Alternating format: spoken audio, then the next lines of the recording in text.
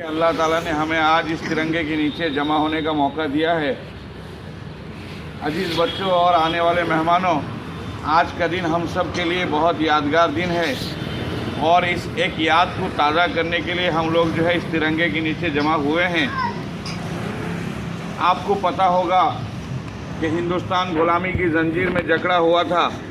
हिंदुस्तान जब गुलाम बन गया था, यहाँ का ज़र्रा ज़र्रा अंग्रेज़ के सुपुर्द हो गया था, उस वक्त हमारे वतन के तमाम मुजाहिदीन जिनका नाम बच्चों ने नारे में लिया, और भी हज़ारों लाखों सैकड़ों मुजाहिदीन ऐसे हैं जिनका नाम हमें पता नहीं है, उन्होंने अपने खून और पसीने की कुर्बानी देकर, अपने जान और माल की कुर्बानी देकर, अपने आल और औलाद की कुर्बानी देकर इस हिंदुस्तान को 1947 में आज़ाद कराया था।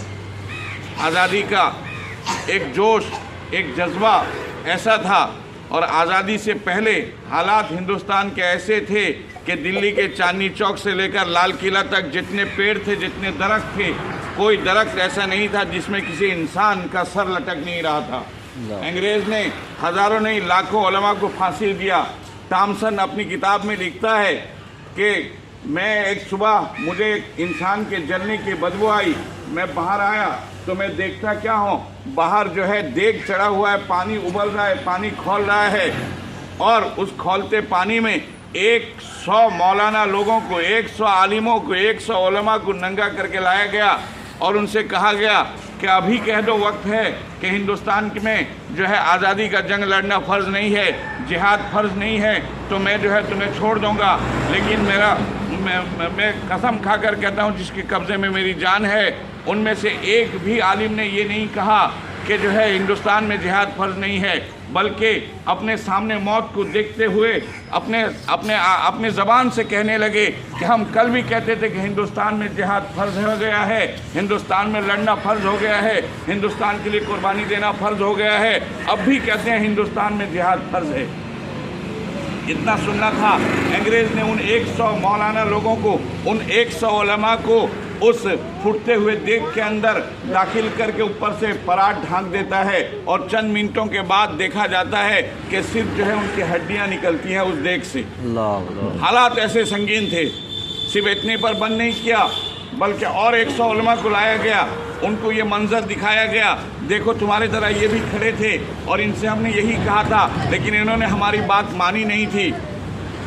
हम तुमसे भी कहते हैं एक बार कह दो, लेकिन अल्लाह गवाह है, उसने लिखा है कि मेरी जान जिसके कब्जे में है, मैं उसकी कसम खाकर कहता हूँ, उन 100 उलमा ने भी नहीं कहा, बल्कि उन्होंने भी कहा कि अंग्रेज़ तेरे खिलाफ जिहाद करना फ़र्ज़ है। इतनी बड़ी कुर्बानी देने के बाद 1947 का मौका आया और हिंदुस्तान आज़ाद हुआ। यहाँ से अंग्रेज़ हिंदुस्तान छोड़ कर गया। जब हिंदुस्तान छोड़कर 1947 में अंग्रेज़ चला गया, तो उसके जाने के बाद 1950 में हिंदुस्तान के हमारे बड़े अकाबरीन ने सर जोड़कर बैठकर एक आइन बनाया। वो आइन 1950 के 26 जनवरी में बना था, इसीलिए आज वो 26 जनवरी का दिन है।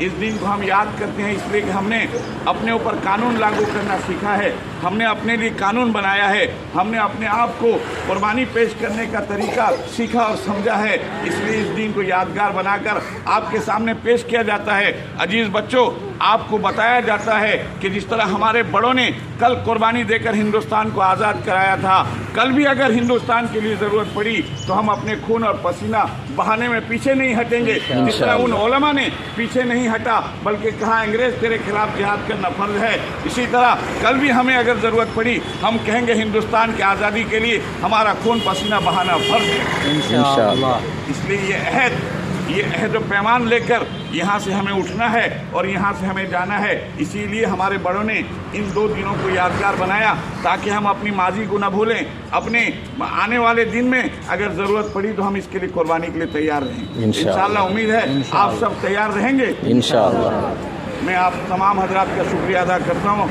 आने वाले तमाम मेहमानों का और हज़रत मोहतरम साहब का कि आपने आज के इस यादगार दिन को यादगार बनाने के लिए हमारी दावत पर शिरकत की।